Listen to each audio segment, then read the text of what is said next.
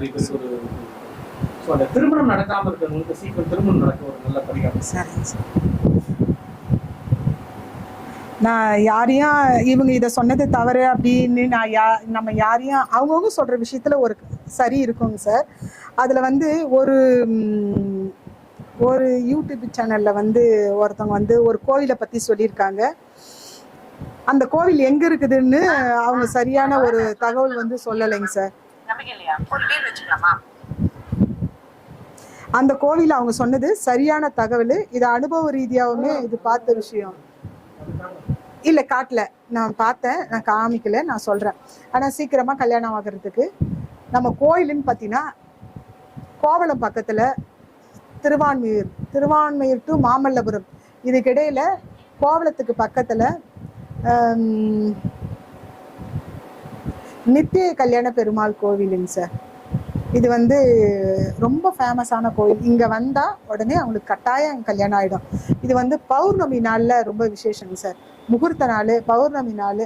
பொதுவாக அந்த அஷ்டமி, நவமி, மரண யோகம் இந்த மாதிரியை தவிர்த்து ஒரு நல்ல முகூர்த்த நாள், அவங்களுடைய நட்சத்திரத்துக்கு ஏற்ற மாதிரி தாராபலன் உள்ள நட்சத்திரத்தை தேர்வு பண்ணாலும் சரிதான், முகூர்த்த நாளை தேர்வு பண்ணாலும் சரிதான், பௌர்ணமி அந்த மாதிரி நாளை தேர்வு பண்ணாலும் சரிதான். நித்திய கல்யாண பெருமாள் கோயிலுக்கு அங்கே திருமண பரிகார பூஜைன்னு நடக்குதுங்க சார். அதுக்கு வந்து சுவாமியோட கழுத்தில் வந்து அவருக்கு தினமுமே நித்திய கல்யாணம் திருமணம் நடைபெறும். அப்போ வந்து சுவாமியோட கழுத்தில் ஒரு மாலை போட்டுட்டு உங்களோட கழுத்தில் ஒரு மாலை போட்டு ஒரு அர்ச்சனை பண்ணி உங்களுக்கு வந்து அந்த கோவிலில் 9 சுத்த சொல்லுவாங்க. இது 9 சுற்றுல ஒன்று கூட வந்து ஒரு சிலர் 7 முடிச்சுட்டு 9ன்றுவாங்க, 6 முடிச்சுட்டு 8ன்னுவாங்க. அது இல்லாமல் அவங்க வந்து 9 முறையுமே அவங்க எந்த ராசியோ அந்த ராசி சார்ந்த ஒரு அதிர்ஷ்ட பூ இருக்குங்க சார். அதிர்ஷ்ட நிறம் சார்ந்த பூவை வந்து 9 வச்சுன்னு ஒவ்வொரு முறையும் போயிட்டு வர சொல்ல கொடிமரத்தாண்ட வச்சுட்டு போயிடணும். அந்த மாதிரி வச்சுட்டு போயிட்டு அவங்க வந்து 9வது சுற்றுல கற்பூரம் ஏற்றி விழுந்து நமஸ்காரம் பண்ணிட்டு அந்த மாலையை கட்டி அவங்க ஒரு பத்திரமா ஒரு பையில போட்டு, ஒரு மஞ்சள் கலர் பையில போட்டு அவங்க வீட்டு பூஜை ரூம்ல எடுத்துட்டு போயிட்டு வைக்கணும். வச்சு இது வந்து ஒரு 3வது பௌர்ணமிக்குள்ள அவங்களுக்கு திருமணம் நடக்கும், பொண்ணு அமைஞ்சிடும். திருமணம் நடக்கலாம் கூட கட்டாயம் பெண் பார்க்க தொடங்கி பெண் அமைஞ்சிடும். இது வந்து இந்த கோயிலுடைய உண்மையான ஒரு சம்பவம். இன்றளவும் மக்கள் கடைபிடிச்சிட்டு வர ஒரு சம்பவம் சார்.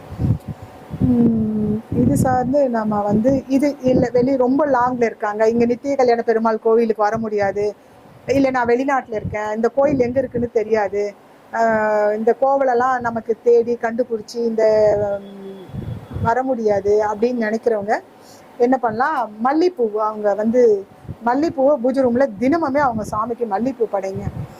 அவங்க படுக்கிற இது அந்த அறையில் அந்த படுக்கிற பெட்ரூமில் ஒரு 2 முழம் மல்லிப்பூ வந்து அங்கே வைங்க, ஓப்பனில் வைங்க. ஓப்பனில் ஒரு பவுலில் வச்சிருங்க. மறுநாள் அதை எடுத்து செடிக்கு போட்டுடலாம். பெண்ணாக இருந்தாலும் ஆனாலும், பெண்ணாக இருந்தால் தலையில் வச்சுக்கலாம், ஆம்பளை பிள்ளைங்களா இருந்தால் கல்யாணம் ஆகிற வயசில் இருக்கிற பசங்க அங்கே ஒரு முழம் 2 முழம் ஒரு மல்லிப்பூ ஒரு பவுலில் வைங்க. அது மாதிரி வச்சுட்டு தூங்கும்போது அவங்களுக்கு கட்டாயம் திருமணம் வந்து நடக்கும். இதாங்க சார் பரிகாரம். திருமணத்துக்கு இது ரொம்ப நல்லா இருக்கும். அவங்க ஜாதகத்தை நம்ம பார்க்கணுங்க சார். அவங்க ஜாதகத்தை பார்த்து அவங்க ஜாதகத்துல அந்த 7ஆம் பாவம் கண்டிப்பா 12 லக்னத்துல எல்லாருமே ஏதோ ஒரு லக்னத்துல தான் பிறந்திருப்பான். அந்த லக்னத்துக்கு 7ஆம் பாவத்துல என்ன கிரகம் இருக்கு, அந்த 7ஆம் பாவத்தை என்ன கிரகம் பார்க்குது, அந்த 7ஆம் பாவத்தோட அதிபதி எந்த வீட்டில் உட்காந்துட்டு இருக்காரு, அவர் என்ன நிலையில இருக்காரு, அதை வச்சுதான் அவங்களுக்கு வந்து திருமணம் ஏன் கால தாமதம் ஆகுது அப்படின்றத நமக்கு அதுக்கு பரிகாரம் சொல்ல முடியும். இப்போ இவ்வளோ நாள் நம்ம பேசிட்டு வந்ததுலாம் பொதுவான பரிகாரங்கள். பொதுவாக எதனா செய்யணும் அப்படின்றதுக்காக கண்டிப்பாக இதில் நல்ல ரிசல்ட் இருக்கும் செஞ்சு.